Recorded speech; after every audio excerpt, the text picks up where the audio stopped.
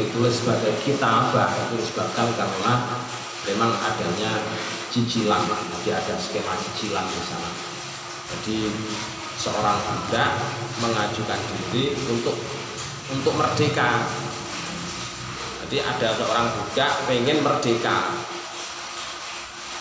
terus kemudian dia mengajukan diri untuk menebus dirinya sendiri kepada sayyidnya. Nah, itu akad yang demikian itu dinamakan dengan istilah akad kitabah.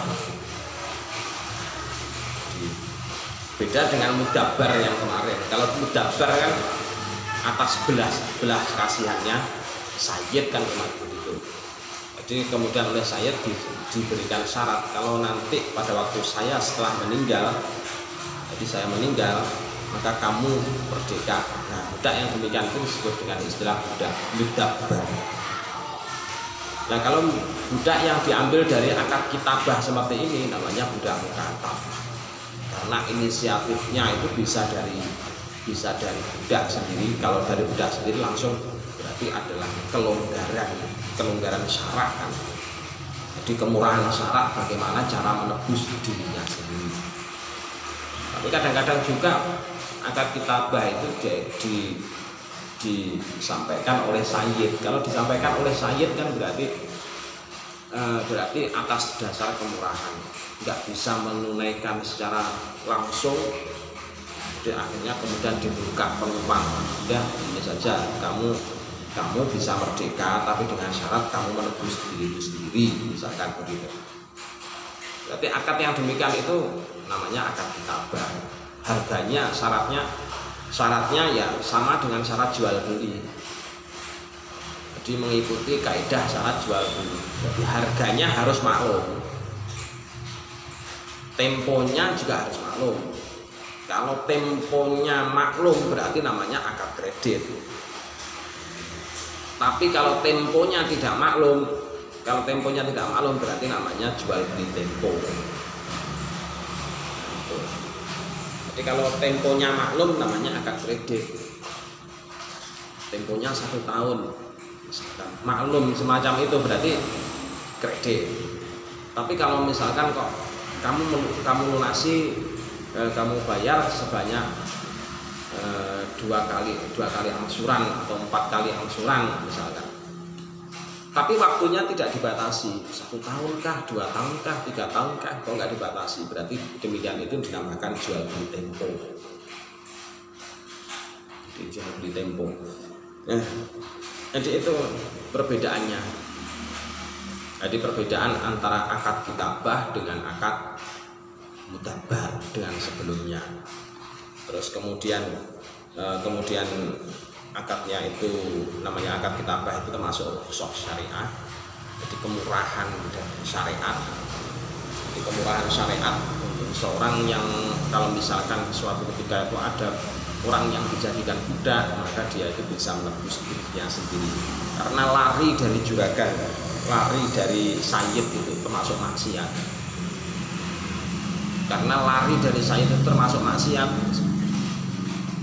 maka kemudian harus ada solusi dari syariat. Bagaimana cara menebusnya? Nah, akhirnya kemudian muncul yang dinamakan dengan istilah akad kitabah. Soalnya melarikan diri dari sayyid itu sama saja dengan melarikan hartanya sayyid. Sebab dirinya itu adalah harta, kan begitu. Budak itu kan harta.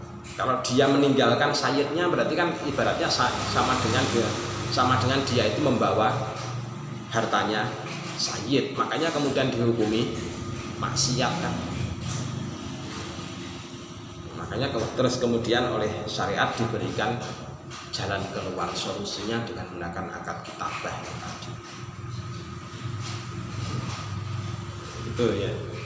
Jadi ternyata syariat itu sampai mengatur hal-hal yang sangat kecil-kecil, istilahnya sangat sangat detail sekali, sampai hal-hal yang semacam ini. Terus kemudian budak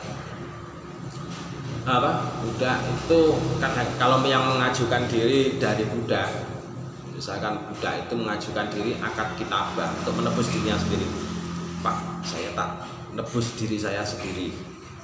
Terus kemudian disetujui oleh si sayyid, ya kamu pengennya sampai berapa lama atau sebanyak berapa cicilan? Saya pengennya 10 kali cicilan, 10 kali cicilan dibayar selama 2 tahun misalkan, bayar selama 2 tahun atau 1 tahun misalkan. Maka ketika di tengah-tengah, karena itu tadi pengajuannya langsung dari si budak, dan kemudian di tengah-tengah ternyata kok si budak atau si abad tadi itu kok kemudian berhalangan, ajizun, berhalangan, sehingga dia tidak bisa melunasi dirinya sendiri. Maka boleh akad kitabah tadi untuk dirusak. Jadi faskuha boleh. Apa sebabnya? Karena datangnya akad kitabah itu dari si budak sendiri. Jadi karena akad kitabahnya datangnya dari si budak. Berbeda kalau misalkan akad kitabah itu datangnya dari sayyid. Kalau datangnya dari sayyid nggak bisa dulu, nggak bisa. Jadi begitu sayyid itu sudah mengeluarkan kata-katanya, langsung berlangsung luzuman.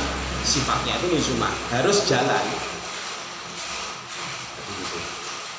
Jadi akadnya itu namanya harus, sudah luzuman, harus jalan.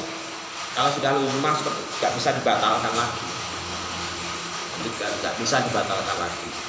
Kecuali yang meminta dibatalkan itu adalah budak. Kecuali yang minta dibatalkan itu adalah budak.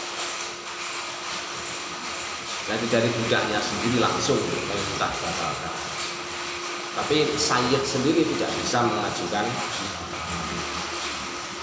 wilayah satu pasukan.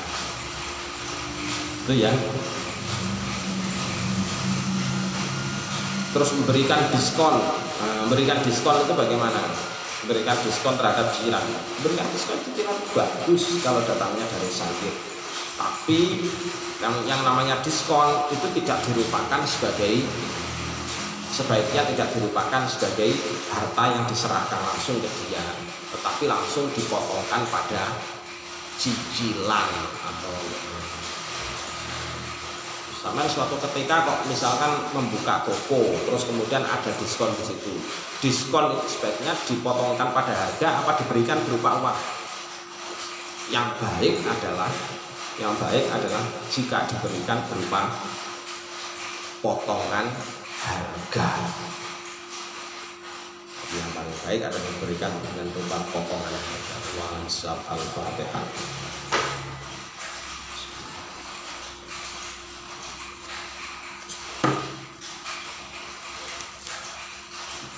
Assalamualaikum warahmatullahi wabarakatuh.